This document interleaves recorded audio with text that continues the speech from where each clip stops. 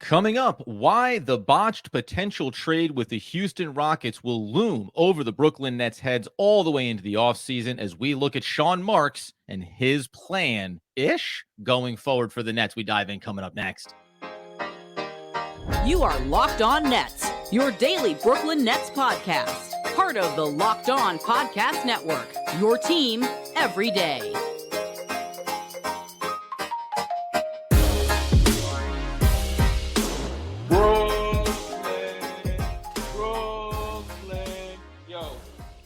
Yes, my friends, it is the Locked On Nets podcast right here on the Locked On Podcast Network. It's your team, the Brooklyn Nets, every single day. He's Doug Norrie. I'm Adam Marbrecht. We thank you, as always, for making us your first listen of the day.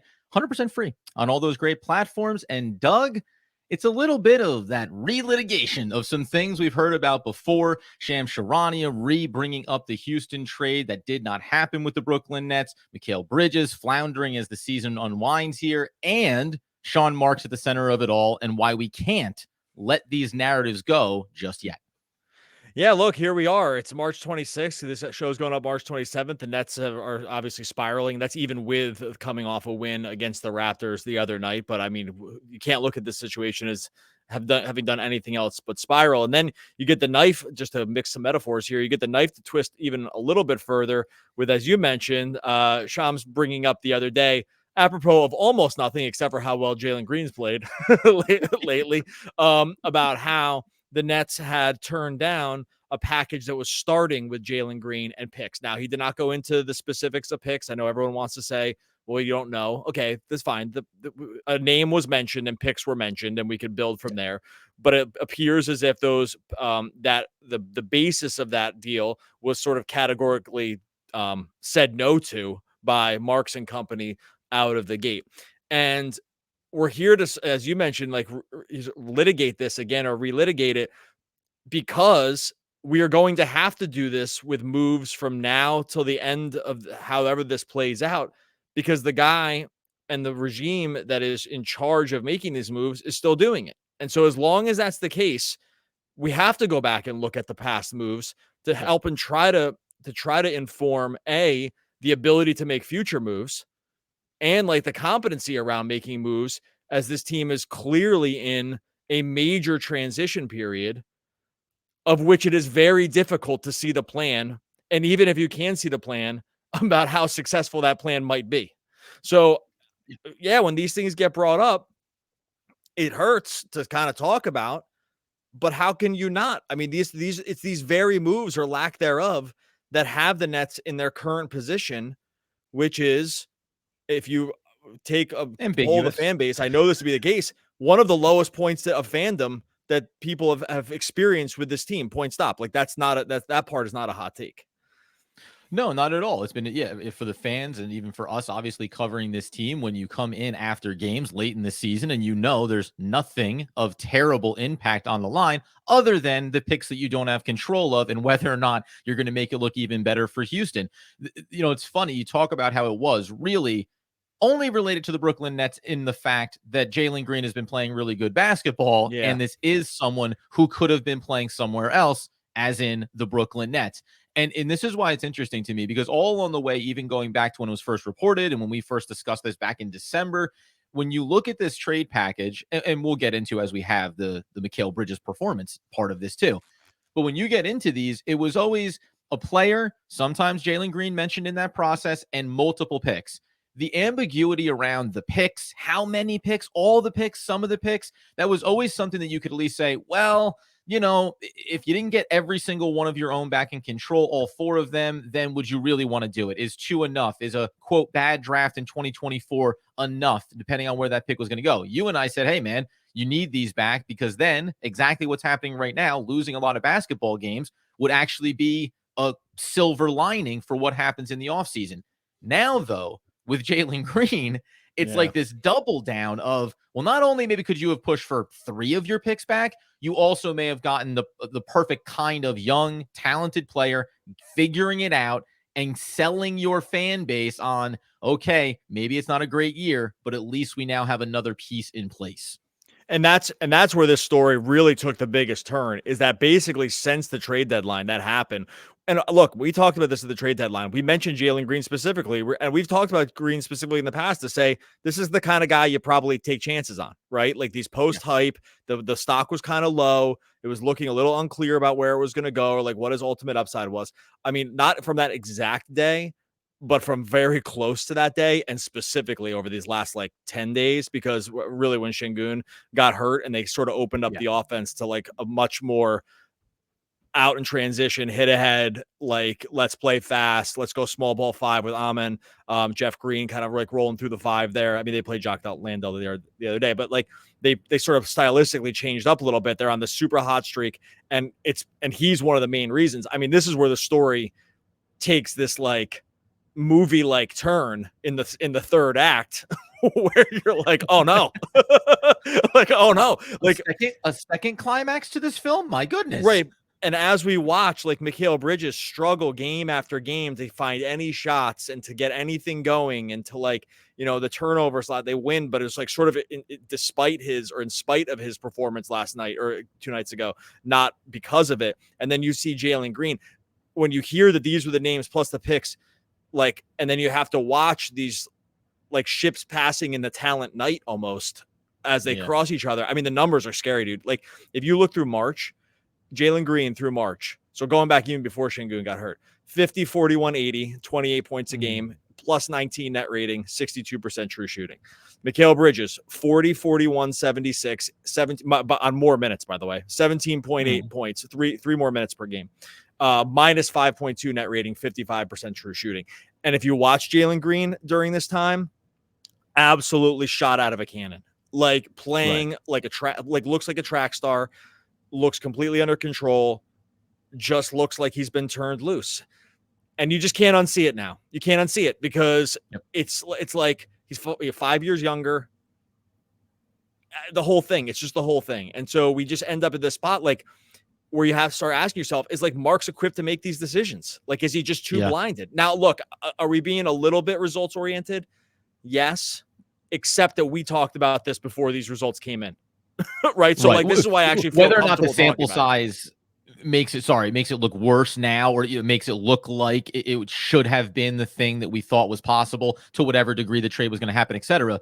This is the exact reason why, because the likelihood of one thing, Jalen Green maybe figuring it out and being a young player and having control and getting picks back, being worth it in the long run over maintaining Mikal Bridges and taking that road that we've laid out dozens of times and given you a lot of reasons why it is not just as easy as saying, wait till the offseason, go get a superstar, and it'll all be back on track. Now this is actually a worse sample size from the standpoint of keep Mikal and trust Sean Marks, and here we go. It's actually gotten worse and worse and worse, and that's why.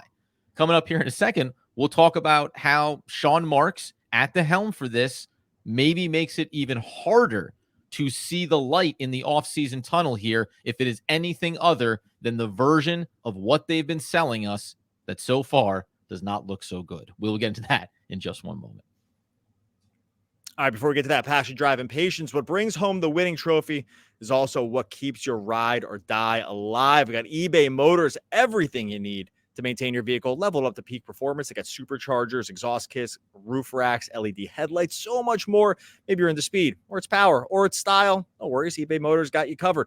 With over 122 million parts for your number one ride or die, you're always going to find exactly what you're looking for. You got eBay Guaranteed Fit, so your part is going to guaranteed to fit your ride every time or your money back. With eBay Motors, you're burning rubber, not cash. With all the parts you need at the prices you want, it's easy to turn your car into the MVP. Bring home that win. Keep your ride or die alive at ebaymotors.com. Eligible items only. Exclusions apply. eBay Guarantee Fit. Only available to U.S. customers. All right, so as we continue today's episode of the Locked On Nets podcast, looking at Jalen Green and his emergence, looking at the picks that could have been, the struggles of Mikal Bridges, and ultimately then Sean Marks. Here's one of the biggest problems off of this too. And it's something that we've talked about before, not even just Sean Marks related, organizationally related, and then on a human level. The hardest thing to do is admit when you've made a mistake and then go ahead and do what's necessary to correct it. My biggest concern now is, I mean, first of all, we could start with, is Houston that excited to give up Jalen Green necessarily? If they are they willing to attach as many picks as they maybe once were when they come back to the table? No chance, right? There you go. Like, hey, spoiler alert. No, they're offering less for Mikal Bridges, and they think that, hey, we're actually giving you an even better value here. Like, there's a world where this trade doesn't exist anymore at all at nearly the level it may have once looked. But also, Sean Marks, because he made the choice in the moment to stick with Mikal Bridges, to not get back the picks, to not take Jalen Green, he's going to go to the offseason and say, yeah, listen, we believe that we can attract superstars, and Mikal Bridges is going to be a part of that. And we've already done the whole version of this where this isn't Mikal's fault or at his feet, but organizationally, he's going to, I guarantee you, if he remains at the helm this offseason, he's not going to look back and say, oh, we could have, should have, let's revisit that and make a different decision here. He's going to double and triple down on it, go try to get a star of X level and convince himself and the fan base that this is why you kept Mikal and Cam Johnson and everybody here together. That's exactly right. Like the way you put it is exactly right. Like this makes it even harder to trade him, honestly, from probably the organization, because now its value, he's weirdly, almost like perversely, probably increased the value. He hasn't actually increased any value. Like Bridges has probably dropped a little bit of value here, but in your mind, the value is increased because of what you already turned down for him. Right. Mm-hmm. And look, and we've been down this multiple times. It's not just Bridges. I think we suspect that Marks has fallen victim to this in the past, overvaluing the assets already in the door. It's probably why Dorian Finney-Smith is still on the team. It's why some of these guys didn't get traded like when they should have, and maybe it was a day too late and a dollar short on some of the other trades that they made, because they were, and we heard this from other things. Like this was reported even during the trade deadline. Was it like, I think it was Windhorse maybe.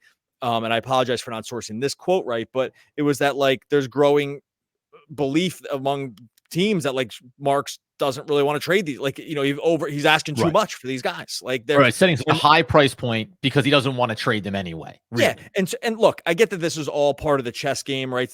Things are leaked strategically to screw with people or to drive value down. I get that part of it. Like I'm not falling for that, but it also follows this track that we've seen for many years, which is like, why didn't this guy get traded? Like, why is he still on the team? Right. Oh, now it's like, and now the value's over. And so with Bridges, yeah, like I think we're in a scary place where when you turn down a potential package like this, and it obviously looks so terrible, right? Like Green has been amazing, and the Nets have only gotten worse. Bridges has only gotten worse. The situation looks only more dire. Like Simmons looks cooked, right? Like Bridges can't make any shots. These guys are getting hurt. They lose every game.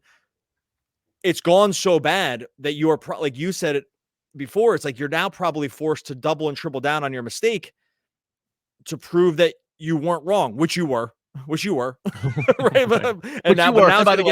were, and most people know that you were. Like, everyone knows. It's also very self-evident that it was the wrong decision, right? And this is not secret. Now, short of them somehow getting, and now it really can only be the highest level superstar to, as far as I'm concerned, somehow pulling off a 2025 move around a legit top 10 guy. That's it, right? Top 10 guy. Very unlikely. Short of that, these moves are going to look really, really bad in hindsight. There's no way. There's almost no way they can't. Like, how can it not? And a funny, remember, take that for what, in the spirit that it's being mentioned. A funny little note about this too is, remember, Mikal Bridges with his contract, it's not the worst contract in the world, and it still isn't. But also Jalen Green, this was a part of it, signs the rookie extension. It's going to be $10 and then $12 million. The club options have been exercised. Guess what? If you had made that trade, you would have cut the cost of these two players by swapping them. You cut the salary cap hit in half. And does that matter? Sure does. If you're thinking about keeping Nicholas Claxton around, right? If you're thinking about maybe moving on from Dorian Finney-Smith in the offseason, though that has seemed unlikely, at least to this point, you can generate another $20-something million in cap space by doing this decision and then also having your young draft pick. So there's more than just hold on one second. Let me stop you real quick. I'll push back on one thing. Like Green is up for an extension here, right? Like, so right? For sure he is, but I mean, and so, okay. Jalen Green performing at a very high level now and obviously making it the lack of trade look worse. Okay, fine. But in the immediate, like just in this immediate offseason, okay. And the upcoming season, it's going to look different to have Mikal Bridges occupying north of $25+ million on your books versus having Jalen Green at $12.5 million.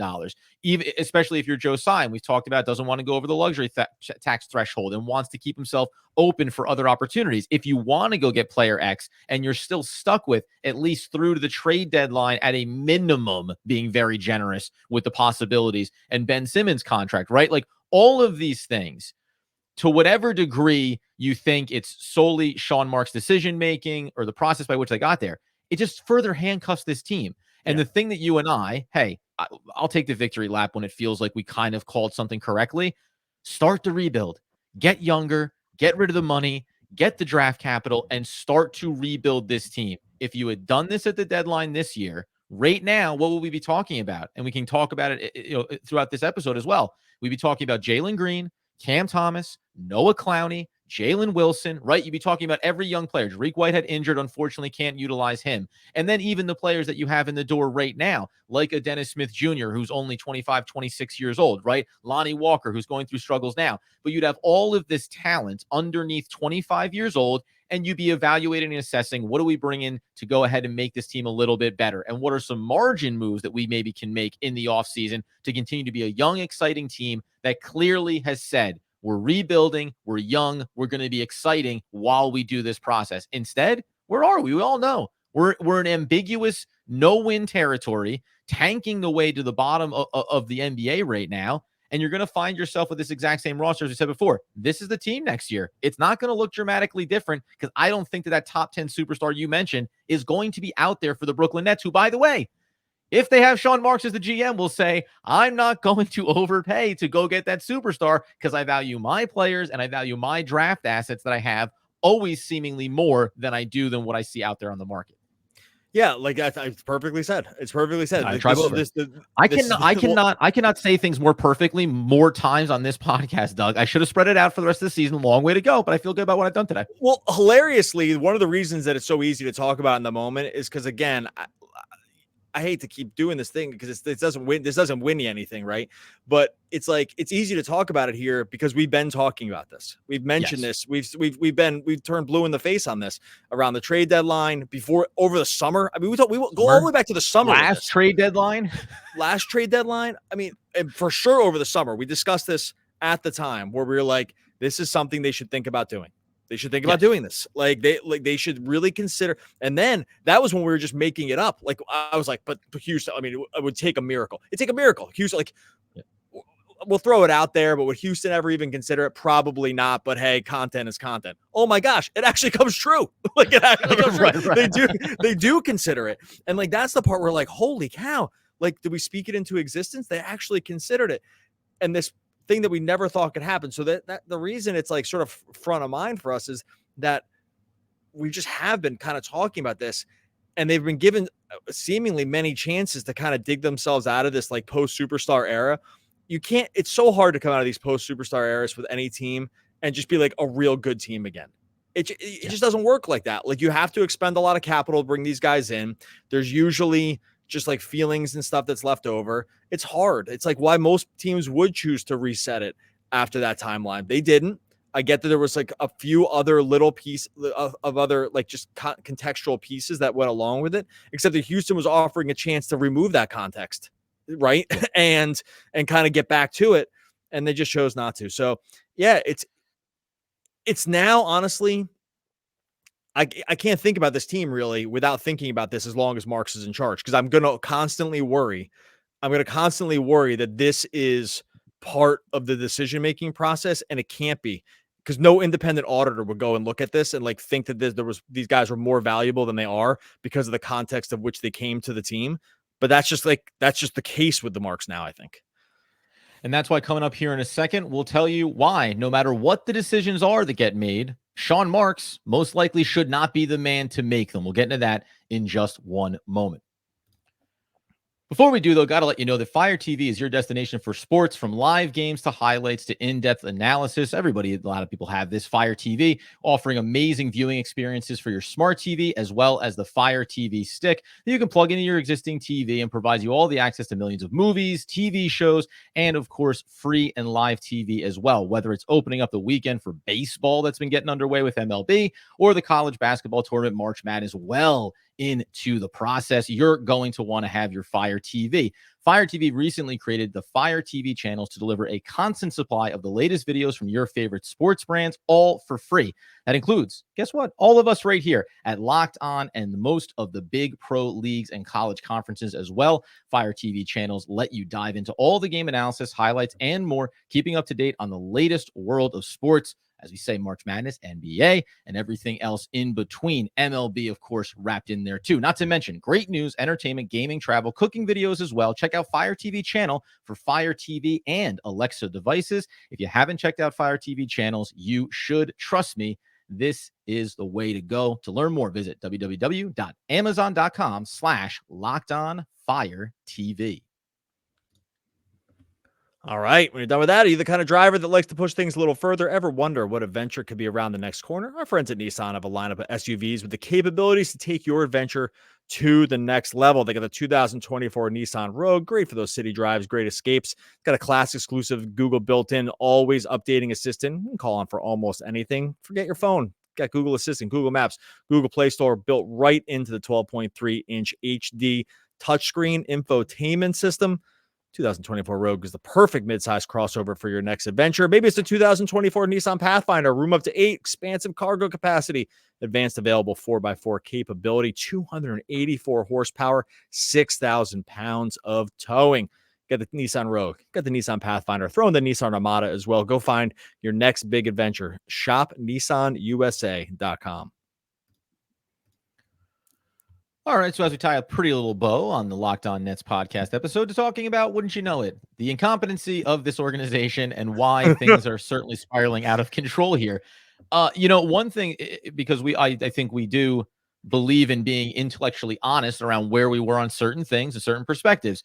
We said this before, when it comes to coaches especially, we tend to give a longer leash and want to say that there are circumstances that matter and impact it. Likewise with Sean Marks. You and I have also gone over how, listen, he's done the rebuild thing. He's taken on the bloated contracts. He's rebuilt rosters, and he's made it attractive for superstars. Have we been late to the party on, as more things like this come out, acknowledging that Sean Marks, maybe after that rebuild, after taking the swing on the superstars, lost that same perspective and maybe a little bit of that GM edge that is required to wheel and deal and do some things on the fly that just hasn't seemed as capable of, especially after the Kevin Durant trade that involved Mikal and Cam? Yeah, I think with this is just like sort of like a work in progress. Like it's hard to know until you start to see how all the pieces begin to fit together or don't fit together, right? I think that this is I think we've been really complimentary of Marks for a long time, rightfully so. Like he made a ton of he took this organization from an absolute ash pile and had Kevin Durant and Kyrie Irving and James Harden and were championship favorites within a much shorter timeline than anyone would have ever predicted, right? Like you get a lot of credit for that. Frankly, it's the thing that has him still in the gig because like that is a near impossibility, and he did it. The problem is that from that point on, basically every single thing has gone wrong, and at some point, there's just no more feet to lay the blame at, right? And like forever it was, well, you got a flighty guy in Kyrie, like who can't be trusted. Okay. You got Harden who asks out from every team. Okay. Well, you get a pass for that one. KD just gets upset with everything else. And he left the Golden State Warriors when they would have won every championship because, okay, well, so Marks doesn't get all the blame, right? And then it's like, all right, well, now you bring in Ben Simmons and it's, he can't play because he's hurt. So is that totally his fault? It's like unclear. Okay, well, Nash wasn't really equipped to coach, and like, oh, you wanted to hire Ime Udoka, but you couldn't because like this other thing. At some point, the list is just too long, like, right? It's like I get that each one of those things in a vacuum might not have been his fault. He was still in charge when they all happened, and the list is so long. I left things out. And that's why though. Well, that's why like so if from right now in this moment, the decision tree that the Brooklyn Nets were going to go through starting this offseason, say there's 5 key decisions that they're going to make. You could tell me that it's going to be 1, 2, 3, 4, 5. And if Sean Marks is the one making them versus random GMX, I would say, oh, okay, let's see how it unfolds. Whereas now, the second he makes the first decision, it's going to be, well, okay, is he holding too hard, right? Okay, Houston comes back to the table in the summer. If it's a new GM and they say, we're not going to take that offer, we believe we can build with Mikal Bridges, we have a plan, we're going to get a head coach in XYZ. Okay, great. You're going to give that GM the leeway to believe he's going to put it together. Whatever decision Sean Marks makes, I think, shy of maybe this sounds bad. Shy of maybe saying what we said. You know, you need to blow this thing up, get young, get as many draft picks as possible. But shy of something that feels a dramatic departure from what he's been doing and what he's been indicating he's going to do.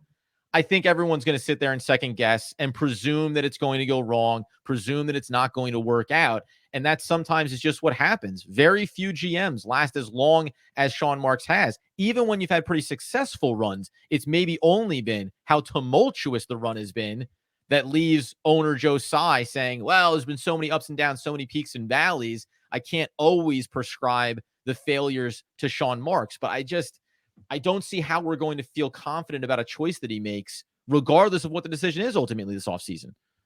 I think that's it. It's like, I think it's when it gets harder and harder to see what the vision is. And look, maybe we've said this many times, maybe we'll be proven wrong, like that, or let's hold on. Sorry, real quick. Do you think that we do know what the vision is? The vision is they believe they can attract superstars. They're going to bring them in this offseason, and this team is going to be competitive. At that point, I do think what you and I came to as well was not only about whether or not it's easy to go get the superstar and whether they'll be able to do that, that ultimately it's not what you think the end result is going to be, which is competing, high level playoffs, top 4 seed. I think that's a part of the problem too here. I fundamentally disagree that bringing in that one key player is going to take this team from where they are now, maybe only winning 30 games this year, to all of a sudden becoming a 50 win team. That's the problem here, is what you're selling me. It doesn't look like it's actually an achievable goal.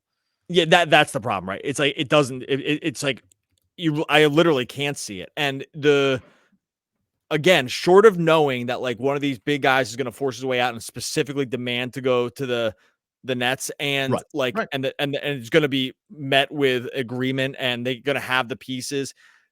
The math on this is just so hard. Yeah, they'll have some cap room. I don't think they're bringing anyone this season. I think they're waiting it all for 2025, right? Like, they're not going to bring anyone. They really don't have the ability to bring in anyone this season unless they were somehow able to trade Simmons' contract, which feels impossible.